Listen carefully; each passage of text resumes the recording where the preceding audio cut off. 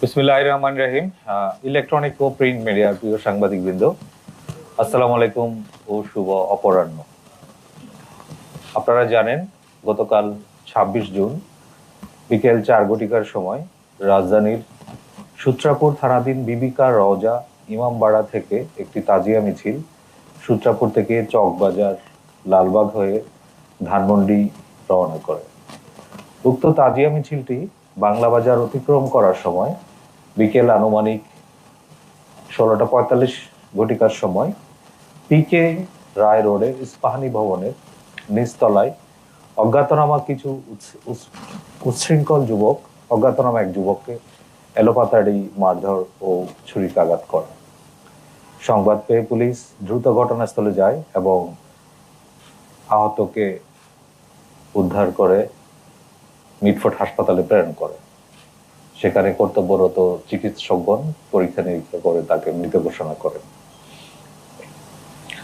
তাৎক্ষণিক আমরা ঘটনাস্থলের CCTV footage সংগ্রহ করি এবং ঘটনার সাথে জড়িতদের শনাক্ত করার জন্য কার্যক্রম আরম্ভ করি।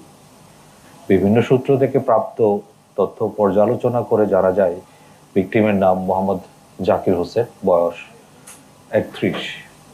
আমরা জানতে পারি সে রাজধানীর লালবাগ এলাকায় বসবাস করত এবং 26 নম্বর ওয়ার্ড ঢাকা দক্ষিণ সিটি কর্পোরেশনে একজন পরিচ্ছন্নতা কর্মী হিসেবে সে কাজ করত। এই ঘটনার প্রেক্ষিতে পরবর্তীতে ভিকটিমের পরিবারের সাথে যোগাযোগ করা হয় এবং ভিকটিমের বড় ভাই বাদী হয়ে সূত্রাপুর থানায় একটা নিয়মিত হত্যা মামলা দায়ের করেন এবং সে মামলা আমরা যথাযথভাবে রেকর্ড করি। সিসিটিভি ফুটেজ পর্যালোচনা করে আমরা দ্রুত অপরাধীদের গ্রেফতারের জন্য তৎপর হই এবং আমাদের একাধিক অপারেশন টিম 26 জুন রাত ঢাকা মহানগরের বিভিন্ন এলাকায়, বিশেষ করে গেন্ডারি এলাকায় অভিযান পরিচালনা করে এই ঘটনার সাথে প্রত্যক্ষভাবে জড়িত 4 জনকে আমরা গ্রেফতার করতে সমর্থ হই। গ্রেফতারকৃতদের মধ্যে একজন হলে মোহাম্মদ রাশেদ, বয়স 20, এবং বাকি 3 জন আইনের সংঘাতে আসা শিশু। তারা হলো মোহাম্মদ আতিকুল ইসলাম শান্ত, বয়স 16, আরেকজন মোহাম্মদ হৃদয়, বয়স 15, আরেকজন নাম মোহাম্মদ শিহাব মোল্লা, বয়স 15। আমরা এই সময় তাদের হেফাজত থেকে এই ঘটনার সাথে সময় ব্যবহৃত একটা চাকু উদ্ধার করেছি এবং হৃদয়ের দেওয়া তথ্য মতে আর একটা চাপাতি উদ্ধার করেছি।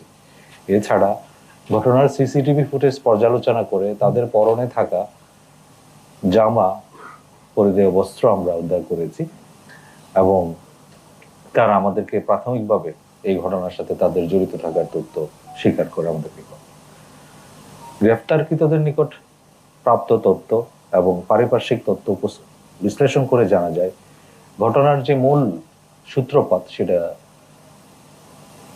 তাজিয়া মিছিলে থাকা যে ডুলি, এক ধরনের যান বা যেটা তাজিয়া মিছিলে ব্যবহার করা হয়, তারা সেটা টেনে মিছিলের সাথে নিয়ে যায়। এই ডুলির রশি ধরাকে কেন্দ্র করে তাদের মধ্যে বাকবিতণ্ডা এবং হাতাহাতির ঘটনা ঘটে। এক পর্যায়ে ভিকটিমকে যখন তারা বাংলা বাজারের এখানে একা পায়, তাকে ধরধর করে ধাওয়া করে এবং সেই ভিকটিম আত্মরক্ষার্থে পিকে রায় রোডে ইস্পাহানি ভবনের নিচতলায় গিয়ে আশ্রয় গ্রহণ করে। সেখানে হামলাকারীরা তার উপর নির্দয়ভাবে হামলা করে এবং ছুরি, চাকু দিয়ে তাকে আঘাত করে। তাৎক্ষণিকভাবে সে রক্তক্ষরণ হয় এবং পুলিশ এসে তাকে দ্রুত হাসপাতালে নিয়ে গেলেও কর্তব্যরত চিকিৎসকগণ তাকে মৃত ঘোষণা করে। আমরা ইতিমধ্যে এই ঘটনায় অন্য যারা জড়িত আছে তাদেরকে চিহ্নিত করেছি এবং তাদের গ্রেফতারের জন্য আমাদের যে অভিযান সেটা অব্যাহত রয়েছে। আর পরবর্তী কোনো অগ্রগতি থাকলে সেটা আপনাদেরকে আমরা যথাসময়ে বলতে পারবো। আপনাদের সবাইকে ধন্যবাদ এবং ধন্যবাদ। আমরা সিসিটিভি ফুটেজের যে প্রাথমিক একটা তথ্য পেয়েছি, তাতে আনুমানিক 10-12 জন লোকের সংশ্লিষ্টতা আমরা পেয়েছি। তার মধ্যে কেউ সক্রিয়ভাবে অংশগ্রহণ করেছে, কেউ হয়তো প্রত্যক্ষদর্শী হিসেবে ছিল, বাইস্ট্যান্ডার্স হিসেবে। তো আমরা প্রাথমিকভাবে 10 জনের একটা নাম পেয়েছি, তার মধ্যে 4 জন গ্রেফতার হয়েছে এবং বাকিদের ব্যাপারে আমাদের তথ্য রয়েছে। আশা করি দ্রুততম সময়ে তাদেরকে আমরা আইনের আওতায় নিয়ে আসতে সক্ষম হব।